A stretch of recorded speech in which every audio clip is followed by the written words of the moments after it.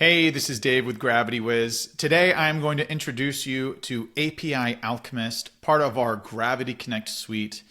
API Alchemist is all about connecting Gravity forms to the wide, wild wizarding world of the web. It can do some pretty incredible things. I'm going to jump into a few practical examples of what it can do for you today. So first up, we're going to look at this little sample form I have set up here called car data by VIN. And you can see that we have a VIN field here. And if you don't know, that's vehicle identification number. I don't know, that's probably not an international thing, but it is used here in the States. And we're going to get from the VIN, we're going to extract the year, make, and model using the National Highway Traffic Safety Administration's free vehicle API. You can see right here they have an endpoint for decoding the VIN. You just pass it a VIN number and it will return a ton of data. We're just going to get the year, make, and model. So how does that work exactly? Well, we're going to jump over to the API Alchemist page. And you can see I have a sample feed set up, but I'm going to actually, well, let's do a new one together. So we're just going to call this decode VIN. And I'm going to talk a little bit more about connection profiles in a bit, but for now, let's just look at how easy it is to get set up without doing anything extra. So let's jump over here. We're going to copy the API URL right there. And then we're going to come over here and we're going to get this endpoint. So I'm going to get vehicles, decode, jump over here. I'm going to go ahead and change this to get. You'll notice that there's a variety of HTTP methods available. And back up to our webhook URL though, I'm going to add our endpoint. And then because I know that it requires a VIN, I'm just going to put that in curly braces. And that lets API Alchemist know that this is a dynamic value that will need to be populated by either a form field value or some other way that you're providing that data. In this case, you'll also notice down here that it does provide this. And actually, I just want to explore this. Let's add that. Oh, nice touch. So now we can say, where should this data come from before we make this request? And of course, we want to use our VIN field on the form. So now when this request is processed, this variable will be replaced with the value from that field. The other thing that we want to do is we want to specify this format in JSON. API Alchemist will only consume JSON responses so that it will only work with APIs that can return JSON. Coming down below here, we're going to skip custom headers and just go straight to response handling. Now, response handling, we want to capture, again, the year, make, and model, and the response handling is how we're going to do that. So if we go ahead and enable this, we're going to leave it at simple. There's a lot to unpack here. I'm not going to cover it now, but suffice to say, simple is going to be the thing that you will use most often. And with that, we're going to go open the response data in field mapping. We're going to click this test request here. Now this is going to send a test request of that to that endpoint and see what data we get back. Of course, since we didn't actually provide a real VIN right now, it's just a placeholder. The structure of the data is accurate, but the actual data itself is not present. You'll see here, it tells you the variable here, for example, is going to be make, but there is no value. But this is still going to be super useful in allowing us to map our field data. So we're going to take the data that is returned in the response and then we're going to map it to our entry or form fields. So in this case, we are going to go ahead and start targeting the results here. And you can scroll up and kind of see as we start typing, we can actually also filter down. So this is a really cool thing about this. So we want to filter because we want to find a specific property, a specific option. So where variable, let's actually look at this. Let's target this make one here. So where the variable equals, and then as we start typing here, it will find all of the objects or the items in these results that have a property of variable that matches the word make and gives you the other options based on what you're searching for there. So you can see model year down there as well. And actually, let's switch to that and start there since that is the first value that we want. And then just to speed this along a little bit, oh, I forgot one other thing. We actually don't want to return the whole object, which is what this would return. We want to return just the value, which would be the year. So we're going to add that on to the end there. All right, so that's the year. And then we're going to grab this and we're going to do the same thing for the make. And then lastly, we're going to do one for the model. There we go. And then map it to the model. And that's it. All of our data mapping is complete. We can close this. We can save the settings, and we can go ahead and preview the form. So I have a little sample VIN ready to go here, and I'm going to submit this. And we're going to go look at the entries. And you can see that we have all of our values, the year, the make, and the model that match this VIN. If we look a little closer, you'll see that we can also observe the feed that was processed and even open up the feed logs if you want to get more detailed. Typically, this is going to be more useful if you run into an error, but it's still a powerful tool to have at your disposal when troubleshooting issues with webhooks. Okay. Next up, let's do that exact situation, but let's do it live. So rather than having to submit the form to get the year, make, and model, let's let them confirm it up front that that is the correct details. And we're going to do that with Populate Anything and API Alchemist combined. So before we go any further, let's jump over. This is where we're going to start to learn about API connections, also known as connection profiles. In this case, we're going to use that same API that I just showed you, and we're going to actually go ahead and set the base URL here.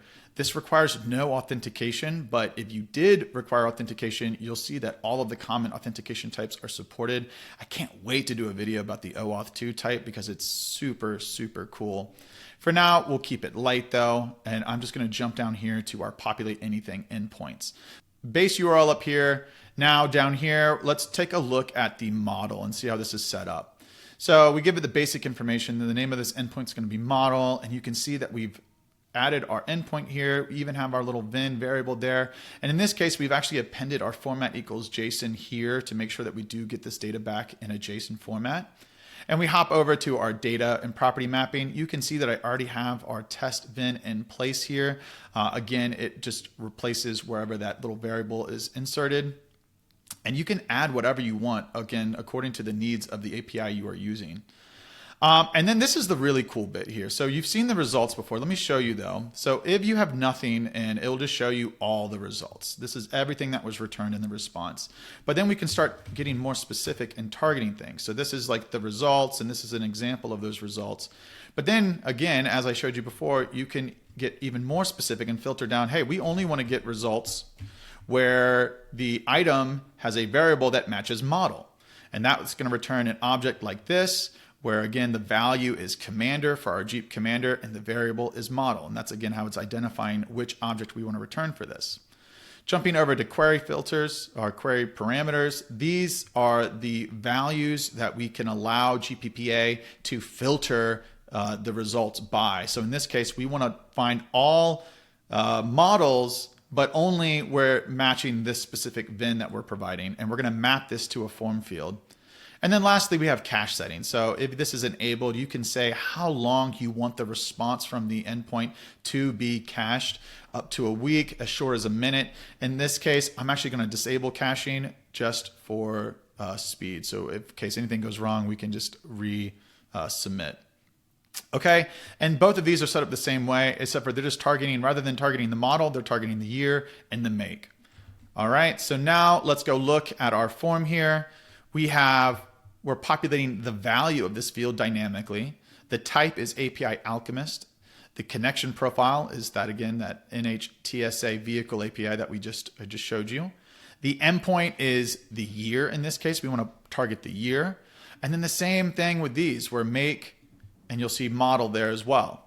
And you'll notice all of these are identical in that they are filtering by, this is the object just saying, hey, wherever the results match this VIN, and that VIN matches the form field value entered here. And then lastly, what value to populate? Again, this is going to be that value that we're populating from the return object based on that request. Okay, so now what does this look like on the front end? Well, we come here, we enter our test VIN there, and boom, you see those values are populated immediately. All right. Last demo, we're going to look at chain selects with API Alchemist. This is another way to use Populate Anything with API Alchemist, and it's super powerful. So for this one, rather than entering a VIN, we're going to allow the user to drill down by year, make, and model to select the year, make, and model that they're looking for. So let's jump over to API connections here. And in this case, we're actually going to use a different API connection. And this one, the reason I want to use this one is because this one actually has a schema attached to it.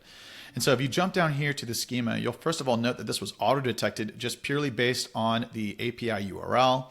And if you scroll down further, it shows you all of these endpoints that are available to this API. This is going to make it really easy for you to discover new ways to use these APIs. And additionally, you'll see here, if we go down, let's do models again here. You can see that when you're actually creating these endpoints, it makes it so easy because you just start to type and it helps you autocomplete and exposes things in that way as well. So pretty cool.